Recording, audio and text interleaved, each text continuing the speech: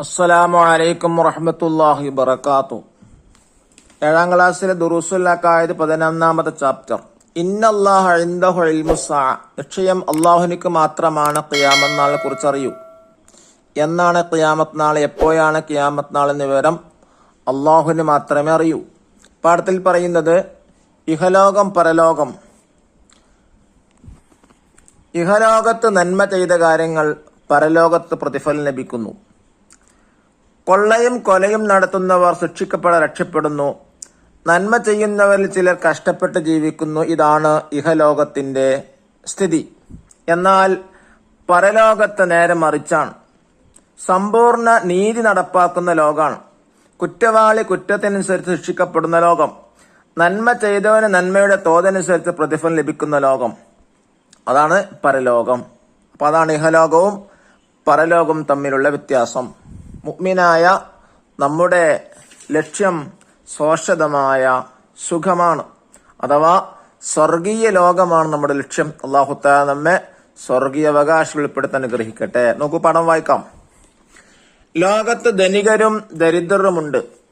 നന്മ ചെയ്ത് ജീവിക്കുന്നവരും തിന്മ ചെയ്യുന്നവരുമുണ്ട്. നല്ല ആളുകളിൽ ചിലർ കഷ്ടപ്പെടുന്നു. തിന്മ ചെയ്യുന്നവരിൽ ചിലർ സുഖജീവിതം നയിക്കുന്നു. സന്തോഷവും ദുഃഖവും മാറി മാറി വരുന്നു. സുഖം മാത്രമായാൽ മതിയായിരുന്നു. അസ്ലമിന്റെ ഡയറിയിലെ വരികൾ കണ്ട് ഉസ്താദ് അതിശയിച്ചു. അദ്ദേഹം അത് കുട്ടികളെ വായിച്ചു കേൾപ്പിച്ചു.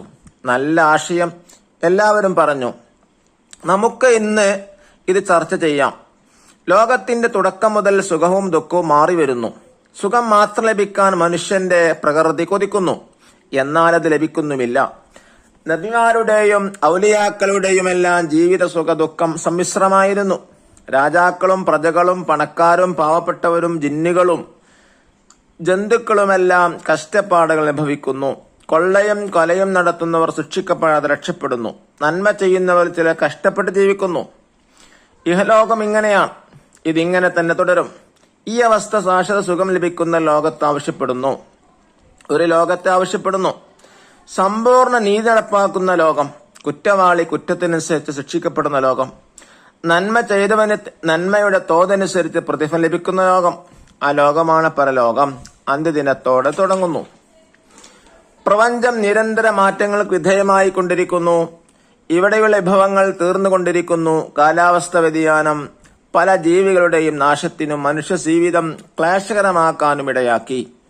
ഇവിടെ മനുഷ്യവാസം അവസാനിക്കാനും ലോകം ഇല്ലാതാകാനും കൂടുതൽ കാലമില്ലെന്ന് ശാസ്ത്രജ്ഞർ മുന്നറിയിപ്പ് നൽകുന്നു. അന്ത്യനാൾ യഥാർത്ഥമാണ്. അല്ലാഹു തആല മനുഷ്യനെ സൃഷ്ടിക്കുകയും അവനെ ആദരിക്കുകയും ചെയ്തു. എല്ലാറ്റിനെയും അവന് വിധേയമാക്കി കൊടുത്തു. അവന്റെ ജീവിതത്തിന്റെ ലക്ഷ്യമുണ്ട്. ശാശ്വത സന്തോഷമാണത്.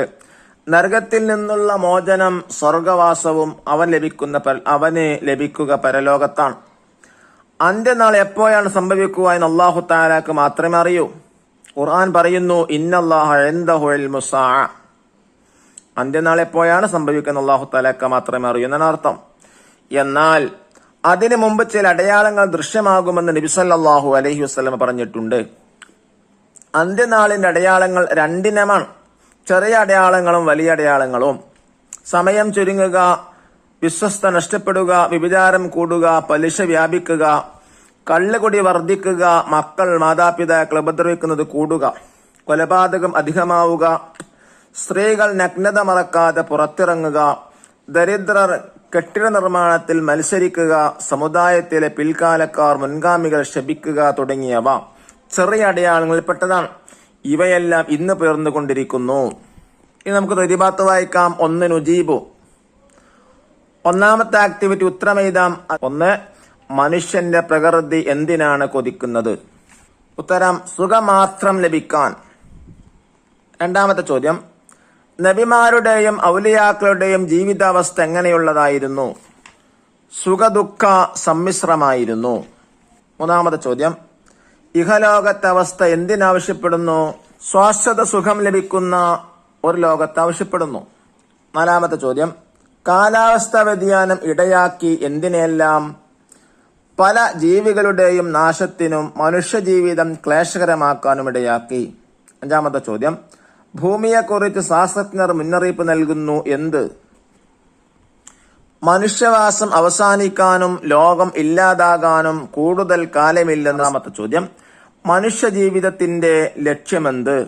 സ്വാശ്രത സന്തോഷമാണത്. 7ാമത്തെ ചോദ്യം, സമ്പൂർണ്ണ നീതി നടപ്പാക്കുന്ന ഒരു ലോകം വേണം. കാരണം കൊള്ളയും കൊലയും നടത്തുന്നവർ ശിക്ഷിക്കപ്പെടാതെ രക്ഷപ്പെടുന്നു. നന്മ ചെയ്യുന്നവരെ ചിലർ കഷ്ടപ്പെട്ട് ജീവിക്കുന്നു.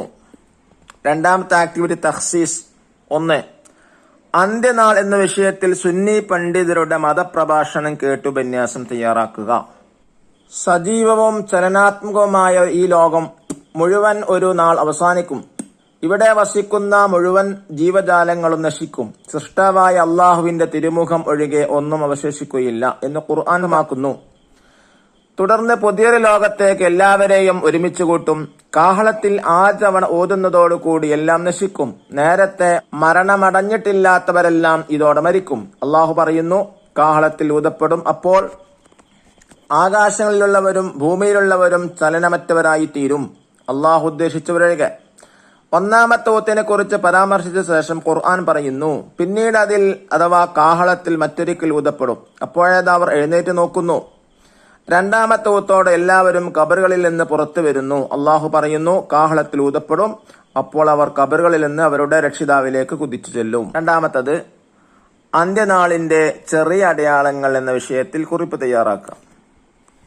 സമയം ചുരുങ്ങുക, വിശ്വസ്തത നഷ്ടപ്പെടുക, വ്യഭിചാരം കൂടുക, പലിശ വ്യാപിക്കുക, കള്ളുകുടി വർദ്ധിക്കുക, മക്കൾ മാതാപിതാക്കൾ ഉപദ്രവിക്കുന്നത് കൂടുക, കൊലപാതകം അധികമാവുക, സ്ത്രീകൾ നഗ്നത മറക്കാതെ പുറത്തിറങ്ങുക, ദരിദ്രർക്ക് കെട്ടിട നിർമ്മാണത്തിൽ മത്സരിക്കുക, സമുദായത്തിലെ പിൽക്കാലക്കാർ മുൻഗാമികൾ ശപിക്കുക തുടങ്ങിയവ ചെറിയ അടയാളങ്ങളിൽപ്പെട്ടതാണ്. അള്ളാഹു നമ്മെ അനുഗ്രഹിക്കട്ടെ. അസ്സലാമു അലൈക്കും വറഹ്മത്തുള്ളാഹി വബറകാതുഹു.